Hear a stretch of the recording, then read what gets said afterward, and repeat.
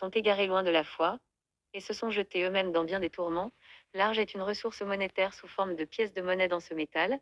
Ainsi, les habitants du métal, c'est-à-dire des différents réseaux sociaux de la toile, seront confrontés à cela. L'argent, qui deviendra un dieu en petit déo alors, viendra l'Antéchrist, cet imposteur qui cherchera à établir une religion opposée à celle de Jésus-Christ, et qui viendra à la fin des temps. Puis je vis monter de la terre une autre bête, qui avait 2 cornes semblables à celles d'un agneau, et qui parlait comme un dragon. Apocalypse 13 à 11. Cette bête, c'est le faux prophète, c'est une femme mais qui au-dedans d'elle, à la voix d'un homme, cette Jézabel des temps modernes sera vêtue comme une prostituée et elle fit que tous, petits et grands, riches et pauvres, libres et esclaves, reçussent une marque sur leur main droite ou sur leur front. Apocalypse 13 à 16. Il s'agit d'un identifiant.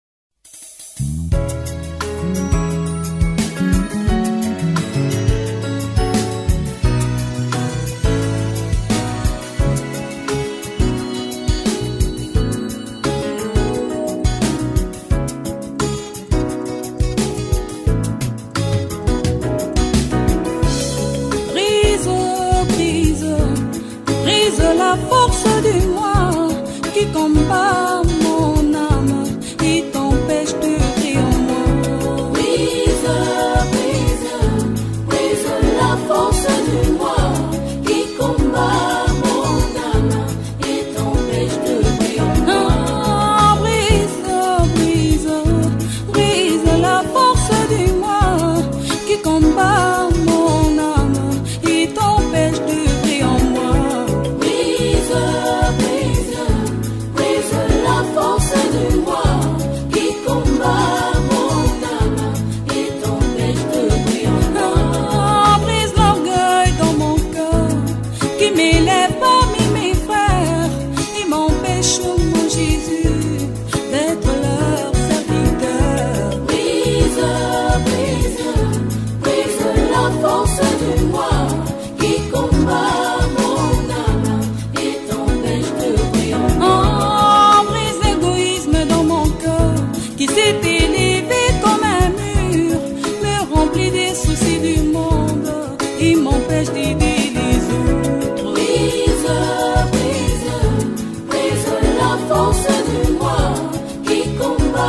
mon âme, qui t'empêche de crier en moi. Nebuchadnezzar avait fait ériger une statue haute de 60 coudées et large de 6 coudées, environ 30 m de haut et 3 m de large, que tout le monde devait adorer. De même, ce faux prophète des temps modernes érigera une statue qui n'est rien d'autre que l'image du faux Christ adoré à l'Église catholique, comme étant l'image de Dieu, et celle-ci représente la religion, ou l'Église animée de l'esprit de Jézabel. Il s'agit de la religion de Baal, et ces croyants du dieu Baal auront pour ambition de faire que tout le monde, petit comme grand, puisse adorer l'image du faux Dieu, au moyen de la grande tribulation de l'épouse de Christ, qui n'est rien d'autre que son Église. Mais de quelle Église s'agit-il ici? Dieu créa l'homme à son image, il le créa à l'image de Dieu, il créa l'homme et la femme. Genèse 1 à 27. Il s'agit de l'homme qui est l'Église du Dieu très haut.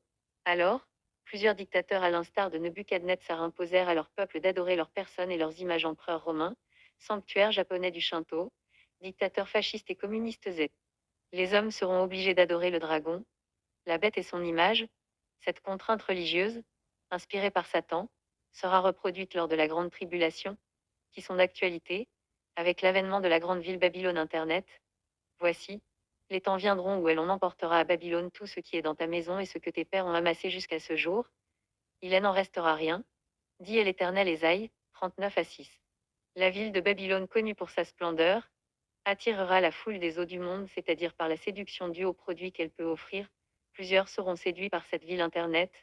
Je sais où tu demeures, je sais que là est le trône de Satan. Apocalypse 2 à 13. Là où Satan a sa demeure, ce sont les 2 grands carrefours du monde, Gog et Magog, c'est-à-dire Google et ses différentes applications mobiles. Qu'est-ce qu'une idole?